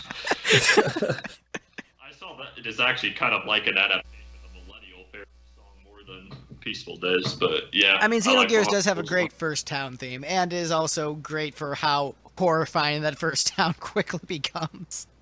Yeah, it's even more so as you advance in the game and learn about. Well, I will probably. Never mind. I won't. Yeah, wrap we're up only the spoiling podcast. we're only spoiling Chrono Trigger for this Okay. podcast. All right, so next up on the list, one of the defining songs from this soundtrack, one of the most covered songs, one of the most brilliant pieces of video game music ever, Shala's theme. Love it. All right, so I'm going to begin by talking about an annoyance I have with this piece, or rather an annoyance with a rapper sampling this piece. Have any of you heard the Wiz Khalifa song that samples this? Yes. How I have no idea how I ever would have, but I know what you're talking about. All right, so I'm gonna I can't tell you how many times my videos have been flagged by rappers for using the original soundtracks of these games. It is so bogus, but it's like so common now. They're using like RPG soundtracks like crazy in rap now. It's nuts. Frickin' Philistines. So here's I'm going to walk you through my thought process. I have, friends of all walks of life, all different backgrounds. And so I had friends in Cleveland who were big hip hop guys. And so we were driving to downtown when I was living in Cleveland, driving to downtown Cleveland to go to a nightclub. And they've got their rap songs on, and I'm not super into it, but I'm just like, whatever, it's the music they like, and I'm having fun with my friends. And so then the Never Been Wiz Khalifa song comes on. I'm like, wait, this is Chrono Trigger. This is Shala's theme. And I'm really excited because I'm like, wow, a rapper is sampling something I like. That's cool. I'm glad they're recognizing this great art. And then he's just talking about weed, drugs, over this really great, beautiful, emotional piece about this character that has this tragic backstory.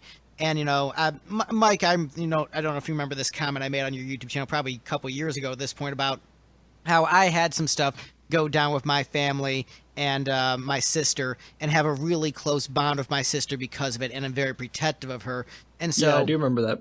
And so there's the dynamic between Magus and Shala that I really relate to on a visceral, primal, emotional level. And to hear the song that's the theme of this, sister character who this other character loves and is trying to save and ultimately failing and very tragic, and to then just make that about weed, it's like, yo, dog, I know you love weed, but...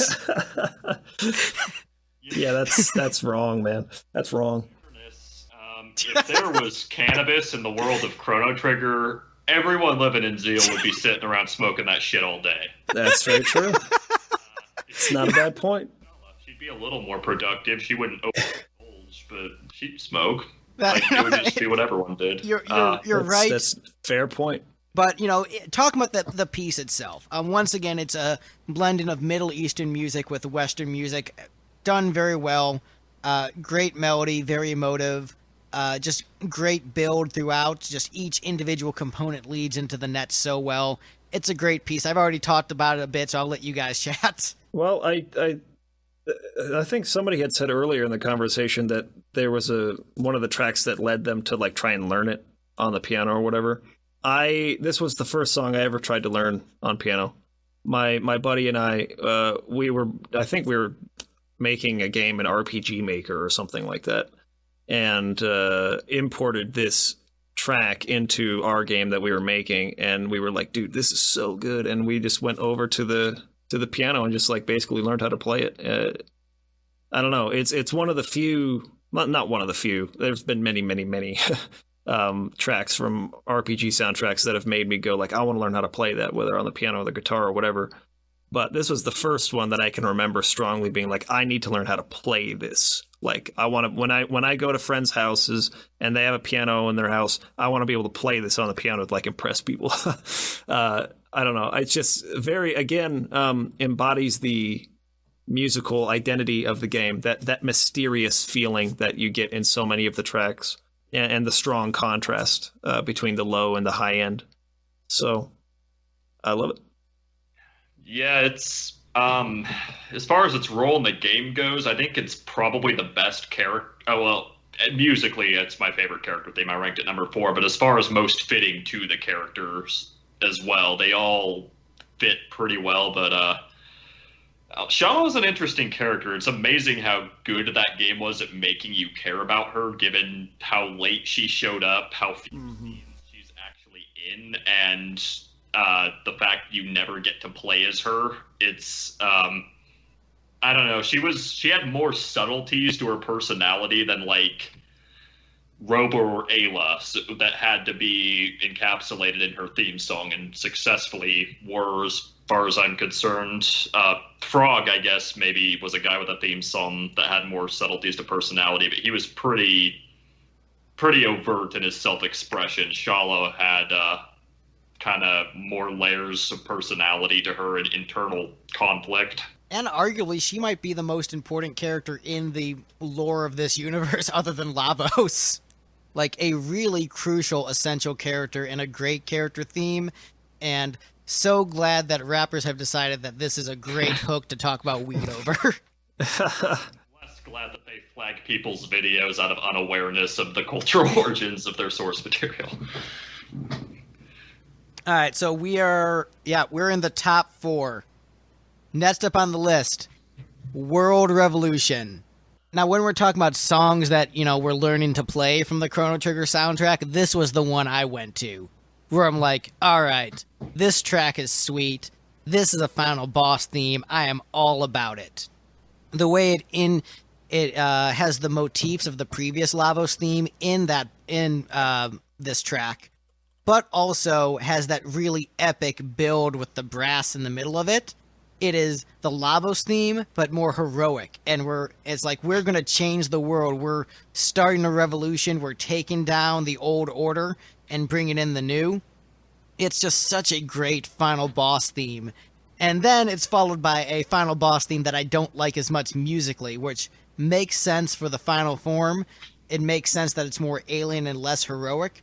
But this is what I look for in a battle theme, and this is perfection for me. Yeah, super good. I didn't rate it quite that high, but I agree. It's one of the better final boss themes from a game that I can really like draw on from immediate memory. There's that one theme, the dun, dun, dun, dun, dun, dun, dun, dun, dun, dun, dun, dun, that I don't like quite as much. Oh, that's my favorite part. Yeah, that melody for me, I don't know, it brings it down a little bit, but the rest of it I like a lot. Yeah, that's the part that brings it up. Mike, you're really good at doing dun-da-does. Mike's a pro. For many, many years, 10,000 hours worth of practice, I guess. Classically trained dun-da-da. Yep. I ranked it number 8. I actually expected it to rank lower because in the overall world of final boss songs, this is not one of my favorites. And it's kind of for similar reasons to Peaceful Days, where I feel like it's a little it tries a little too hard to encapsulate what it's trying to do, and I don't know. It feels a little too upbeat for fighting Lavos too. Like it's in the ballpark of what I wanted, but it's a song that betokens to be certainty of victory on the part of your party. It just doesn't. I don't know. It doesn't feel like you're up against an obstacle. It feels like you smash. Well, you don't have to smash the epoch into it, but that's usually what I think of when I think of this song. But either way, you punch through this thing's shell, and you're just like, yeah, we're gonna kill you, and it doesn't betray any sign that the boss has a chance of actually turning the tables on you. To me, just the way it strikes me.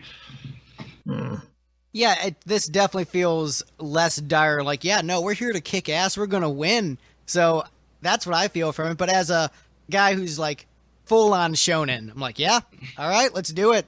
Go full shonen all the way. All right. The third best song on the Chrono Trigger soundtrack, according to this panel. My number one, Frog's Theme. I brought this one down, I think. Yeah, me too. I ranked it 23. Okay, so I'm not alone. I ranked it number 20, I think. You're the only one who ranked it high, Greg. It was in my top 10. Yeah, so this was Steve helping me out. Thanks, buddy. Go All team.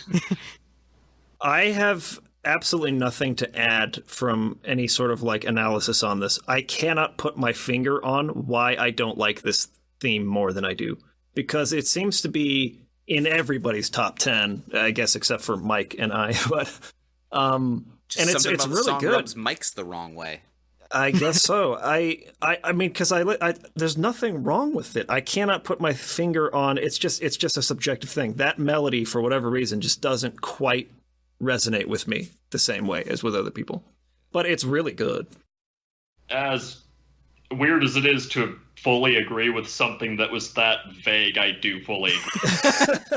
Same way. I like it a lot. I don't know. I can't like it as much as I'm expected to for some reason. I don't know what the deal is. I mean, look, my favorite band is the Beatles. So I'm all about those cliches like, oh, he's the guy who likes the Beatles more than other bands. Like, I understand how the obvious choice can be annoying, but I don't care. I adore this piece. Frog is quite possibly my favorite character in the Chrono series.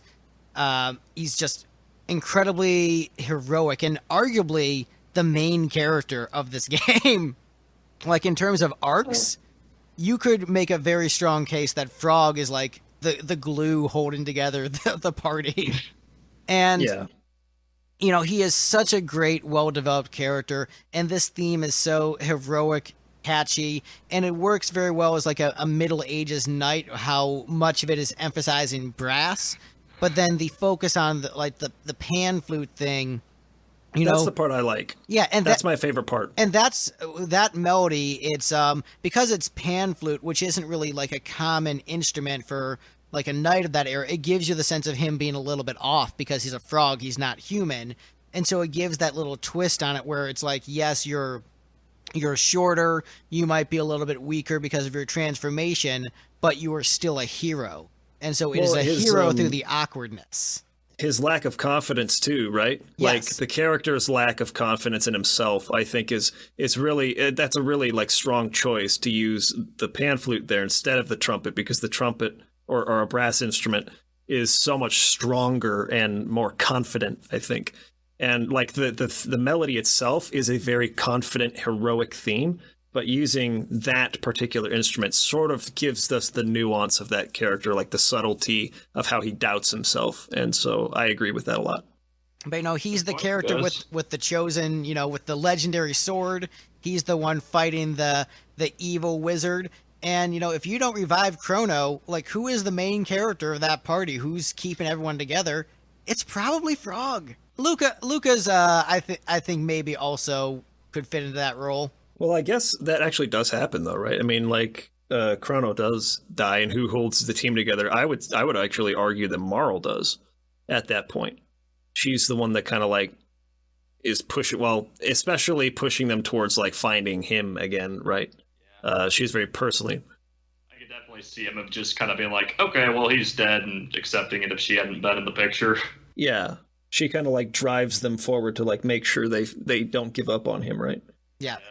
After hearing your guys' analysis of it, I'd probably rethink this impression, but I think part of the reason I ranked it low is there is something about Frog's theme that makes me think of like a little kid playing with a toy sword. I don't know what it is, but it's I get that. You mentioned earlier that you felt like was it Peaceful Days was a bit on the nose, like it was a little too much like, okay, this I that's kind of how I feel about Frog's theme. It's like it's a bit on the nose, like here is the heroic guy. It's like I don't know. It's a little too on the nose, I think, for me, but I still think it's great, though.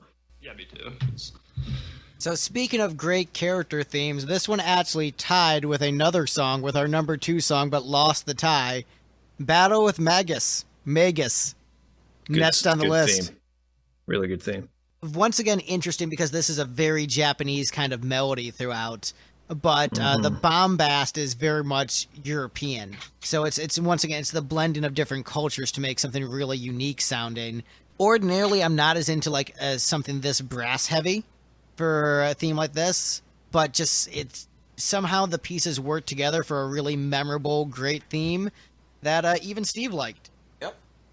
This one flowed well from Yeah. the confusing theme. I thought there was a good transition between the two. The reprise of the laughter was good. And I mean, one of the greatest RPG characters of all time, Magus, like the fact that you had the option to either murder him in cold blood or recruit him onto your team. And we all know that everyone recruited him onto your team because he was such a good character and he was so cool. But the fact that you had the option to not do that was pretty rad. Yeah, really, really interesting. You also have the option to just not care about him after a certain point and let him go 1v1 Magus of the Undersea Palace. That's true. That's another Or option. 1v1 Lavos, not Magus. Yeah. But I mean, it's a really great boss theme, and it works well as a boss theme for him as just a really epic fight that feels like you're approaching the end of the game. Yeah. But it's it also almost works as a like- great character theme. It works on both levels. It almost could be the final boss song of like a lesser RPG. It's like that good as a boss fight. I agree with that. Just lots of good movements throughout it. Good dynamic shifts and great melody. Mm-hmm. All right, but we're at the number 1 song, so I'm just going to burn through reading the list real quick from the bottom to the top. I'm gonna pee while you do that. This dude drinks so much water. Holy crap. I might leave that one in. All right. Unknown Fanfare, A Prayer to the Road That Leads. Lab 16's Ruin. Burn Bobunga, Mystery of the Past. Magus's Castle. Determination. Fanfare 3. Good Night. Underground Sewer. Gato's Song. Rhythm of Sky, Wind, and Earth. Fanfare 2. The Hidden Truth. First Festival of Stars. Remains of the Factory. People Without Hope. Ruined World. Primitive Mountain. Bike Chase. Robo Gang Johnny. A Shot of Crises. A Strange Happening. Ayla's Theme. Minoria Cathedral. Battle Theme 2. Epilogue to Good Friends. Kingdom Trial. Secret of the Forest. Tyran Castle. Silent Light. To Faraway Times. Wings That Cross Time. Boss Battle Theme 2. Zeal Palace. Battle Theme 1. Confusing Melody. Black Omen. Last Battle. Far Off Promise. Boss Battle Theme 1. Pre-Sentiment. At the Bottom of the Night. Morning Sunlight. Sealed Door. Singing Mountain. Lavos' Theme. The Day the World Revived. Robo's Theme. Undersea Palace. Memories of Green. Wind Scene. Fanfare 1. Courage and Pride. Guardia Millennial Fair. Delightful Specchio. Corridors of Time. Brink of Time. Peaceful Days. Shala's Theme. World Revolution. Frog's theme, Battle with Magus, but the best song on the Chrono Trigger soundtrack, according to this panel,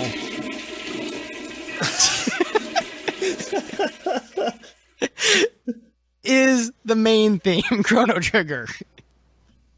Hey, I can get on board with that. That was number 2 for me, I think. I like that Mike had enough time to actually do an entire bathroom break during just reading songs. I know.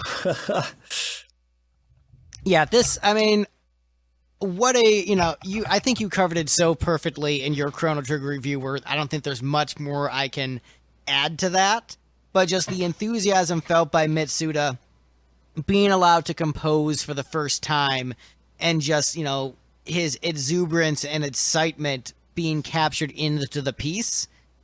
It's so good. It captures the vibe of the game, but also the vibe of the composer, the man, feeling artistically freed. It just fantastic. Yeah, I can feel his passion, like just oozing and bursting out of that piece. And it's kind of like, you get the pre-sentiment that plays on the title screen, and then if you let it just, you don't touch anything on the start screen, it'll kind of play through like the title screen demo, and it'll just play the song, and it's just bursting with energy, the kind of like raw energy and enthusiasm of a guy being given the chance for the first time to do what he really wants to do, and it's, I don't know, I can just feel that from it. It's really, really powerful, and it's my second favorite song on the whole soundtrack. I mean, it's truly a great piece. I ranked it as number 24. That shouldn't indicate I dislike it. Again, just liked a lot more, even better. But yeah, that trailer at the beginning when you don't hit any button is like, for the time this game came out, I don't know if there was anything else you could compare that to in video games. That was really exciting stuff to just sit like watching a 16-bit movie trailer for like a really exciting movie. Super Mario RPG had it too a couple years later. Yeah, it did actually. It was Super Mario RPG even had 2 trailers, but neither of them were as good as the Chrono Trigger one. No, Chrono Trigger was amazing. Yeah, just it's hard to even wrap around words how great this is. It's a bit disappointing that the soundtrack left a sour taste in Mitsuda's mouth, where he doesn't look back on it too fondly and didn't get that much of a pay raise, and Sakaguchi was kind of a jerk to him. And like I recently rewatched all the endings on YouTube after I beat the game, and watched the developers room where Mitsuda is Toma the Explorer and talking about how he's going to go on a journey of his own.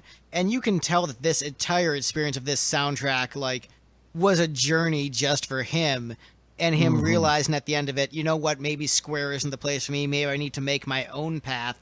And so the fact that the composer was going on his own heroic journey like really like adds a lot to this soundtrack in so many ways, where it's a shame that it wasn't a better experience for him, but the art that he created is just so beautiful and great and wonderful to annoy Steve with.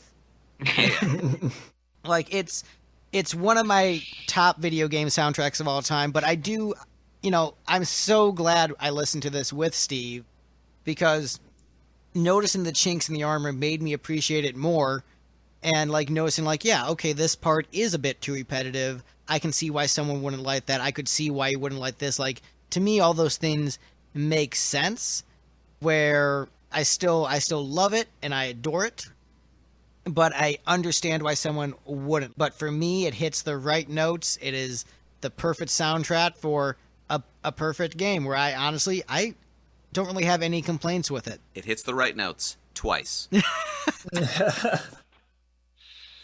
Yeah, this was, correct me if I'm wrong, but this was the first OST that Mitsuda actually presided over, wasn't it? Yes. Yep. Yeah, for a first time, I mean, that's hard to top. I doubt there have been many game composers who have made something like this that has endured this long in the memory of gamers on their very first project that they worked on. Yeah, You know, in my discussion with Lore Runner, who is not the biggest Mitsuda fan, he, I know that he is. He went to, I think he went to like a pretty prestigious college in Japan and studied music. So like the dude does understand music theory. There's no question about that. And I think what Lore Runner was trying to get at was essentially the same thing that maybe Steve noticed, and that is that his compositions are very predictable across this soundtrack in particular. I think he does a lot of very similar sort of like building where he'll take like a phrase or some kind of arpeggio or some sort of movement of some kind, and he'll layer that first, and then he'll layer something on top of it, layer something on top of that, and then he'll go back down again and sort of just repeat, a few musical phrases over and over again. I think that even he, you were mentioning it, Greg, looks back on this, I think, and is a bit embarrassed by his early work. You get better as you continue to work on stuff. You improve and you mature as a musician and as a composer and everything like that over time. But I think that the reason why Chrono Trigger is my favorite of all of his soundtracks, even still, like I can look at those things that people point out and I can say, yeah, like it is a little bit repetitive. I think a lot of video game soundtracks, especially before this time, were very repetitive too because the loops were short. And he was one of the first people who were like, I want to make longer loops than 60 seconds. I want to try and make my loops 2 minutes long. And of course, he didn't do it for every track on this OST.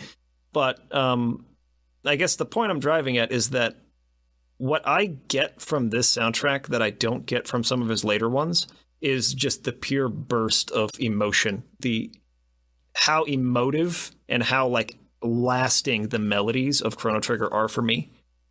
It's Xenogears is a freaking masterpiece. Chrono Cross has some absolutely incredible music in it. He's done some great work since then, but the melodies and just like the powerful emotion that I get from those melodies in Chrono Trigger is unmatched by anything else I've ever played. And I think that came straight from his just like, he's green, he's new, this is his first chance, he's going to like put everything he had into it, and he did. He made himself sick, he ended up in the hospital. And when you put that much passion into something, it's kind of hard to keep repeating that sort of effort, you know what I mean? So like, while he might have become technically a better composer and improved in a lot of ways, I don't know if I've ever felt the same just raw passion from a soundtrack from Mitsuda that I felt on his very first one on Chrono Trigger.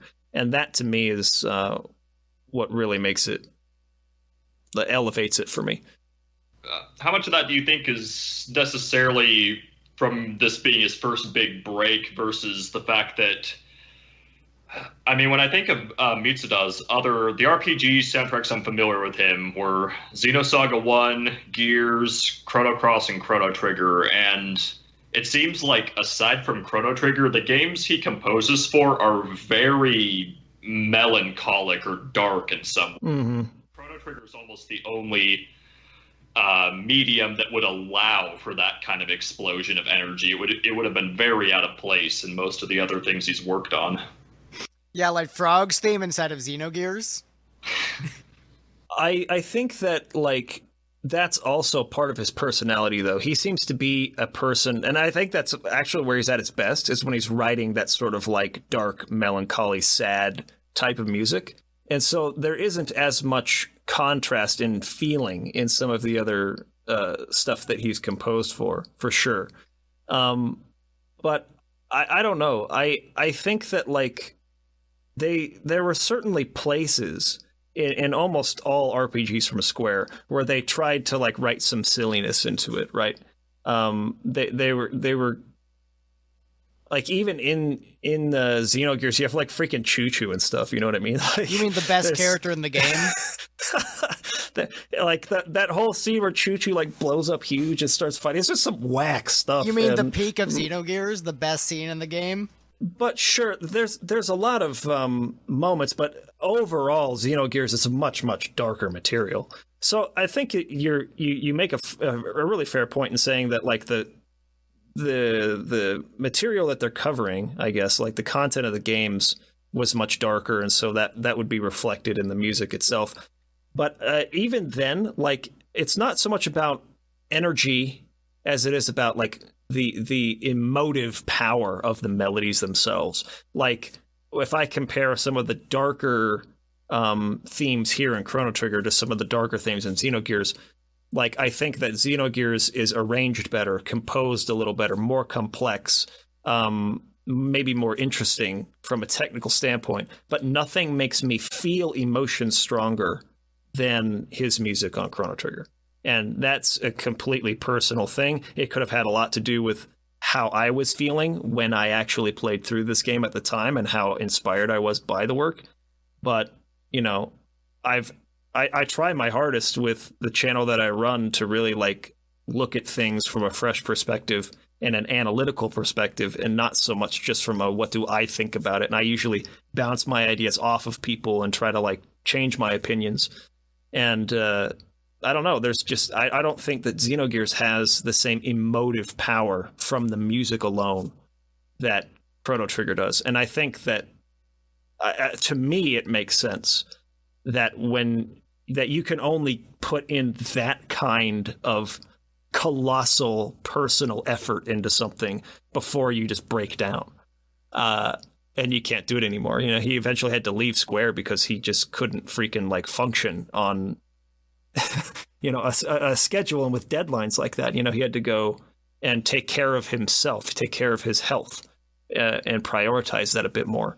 And I guess what I'm saying is that I can feel just like the complete commitment, just like whole entire attention to making sure this is as good as it can be.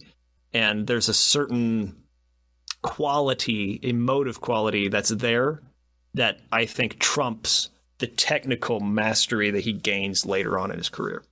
I mean, that's kind of the case with most musicians. You know, I'll give this something Steve can compare it to.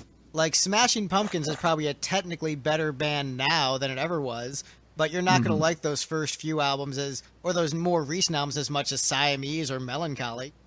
And so, you know, I'm sure Billy's he's technically a better singer at this point, technically a better composer, but that raw emotion from those first few albums you're not going to get back. Same with even, you know, Kiss fans. They like that raw feeling of a young, hungry artist who doesn't necessarily know how everything works. So and that's just the cycle of, I think, most artists, especially in the early stages of career, because when you're young and hungry and trying to prove yourself, there's going to be a different energy to it. I was just going to say, wasn't someone saying that earlier, that once you cross 30, everything changes, right? Like your brain is fully developed and you're more intelligent and more analytical and better thinker, but you also don't have the same passion for anything anymore. Pretty much what I was just going to return to is I think that pattern plays itself out in far more than art alone. Even I would say you can see that pattern in art on the scale of even centuries, not just in the career of a single person or band. But yeah, it's like when you're starting, when a style is just starting to be developed, or a person is just starting to be developed, even, or an idea, it's like those early emotions are what determine the form that it's going to follow from that point on. And then there's kind of like, once you hit that technical maturity, it's when you've mastered the forms, but they can almost start to feel restrictive. And there's sort of like this nihilistic exhaustion at your own overgrowth and wanting to sometimes. When I kind of take that, you know, I know we've been going on for a while. I'm going to wrap it up. I want to say this. As far as a composition standpoint, one of the things I do when I try to write a piece of music is I try to write from raw emotion first and just get like that raw emotion and feeling down. And then I usually walk away from the piece for a bit. and then I go back to it and then really try to construct it from a more analytical place. But I try to make sure I have that raw emotion there first and don't try to mess with it too much. I try to like get the raw emotion there, contain it, have it be a thing, and then after that construct it into, you know, a better piece and like really analyzing it, being able to move away from it a little bit, but still making sure that raw emotion was there in the initial stages. And I think that's a really, you know, it's not the way that everyone should do art, but I found it's a good way to make sure that a piece, for me, has a strong melodic foundation and a strong emotional foundation. Yeah. But yeah, as we've been talking in our longest episode ever, which will definitely be split up into multiple parts. I think people have the patience for 4 hours of listening to... Let's do... Did? Well, yeah, well, we did, and then I think Steve was just browsing Wikipedia. Okay. 75%. Yeah. 75% retention rate of our own panelists. Yeah. I mean... Good sample. Look, I'm going to do Gojira for you, dude, and that's going to be just as painful for me. I don't think the Gojira album is going to take us 4 hours to do that. No, but it's going to be just as painful for me to listen to. Because, you know, unlike you, I listen to these albums more than once whenever we do them. You Even don't Gish. have to. I want to have good analysis. I want to actually know what I'm talking about. So, gentlemen, Mike, where can we find you on the internet? Okay, so we're in the middle of a brand change on my channel. At the time of recording this, we're called Dark Pixel. We may or may not be called that by the time this particular episode is released. But if you want to do a search on YouTube for Chrono Trigger Review and Analysis, you just type those words in exactly as spoken. It'll be probably the top result that you'll find. And you can watch my Chrono Trigger review right there. And once again, I want to say that is the single best YouTube video game review I've ever seen. I want to give a quick shout out to you. Your podcast, the Dark Pixel podcast, was actually part of the inspiration for this show, in the sense that I wanted to have a podcast that was a bit more intellectual and positive and really breaking down art piece by piece. As the show naturally evolved, it became a little bit more chaotic, a little bit more combative, and, you know, based upon the flow of the panelists in the episode. But at the heart of it was about analyzing art, and I love the way you analyze art, and it is an absolute pleasure to have you on. So thank you so much, sir. Hey, thank you for having me on. I had a good time. It was a lot of fun. And Mike, Mr. von Muller, my oldest friend, thank you so much for being on the show. I know you don't have anything to plug, but plug whatever you feel like plugging. I already plugged Chrono Cinematic. That's pretty good. I plugged Crimson Echoes. Plugged a lot of stuff that I had nothing to do with. Yeah, but hey, check out Crimson Echoes and Chrono Cinematica. I mean, they are great. Both those things are great. And just thank you for all the years of friendship and all the long phone calls we've had talking about Dragon Ball Z and video game OSTs. Thanks for, recording it this time. Yep, thanks for having me on. I even downloaded Skype to do this, which I was very reluctant to do. It's true. We're not going to repeat his Skype user handle, partially for privacy purposes and partially because it's got swears. And oh, you guys must be able to see the throwaway email I used when I signed up. I didn't realize that. All right. All right, and Steve, my best friend, best man at my wedding, been with me through thick and thin. Thank you so much for doing this episode. I owe you a big sleepy. one. I know you hated this, but thank you for indulging me. It was really fun for me, so I owe you one. Oh, wrong button. There we go. Yeah, for me, this was, a really important part of my core mythology growing up, and I'm just super glad to be able to talk about it with, all these guys I have a lot of respect for, just great people, great intelligence, and good hearts. We're Lipstick. Find us at lipstickgeneration.com. And, yeah, we hope you enjoyed this multi-parter. Have a good one, folks. Peace. Peace.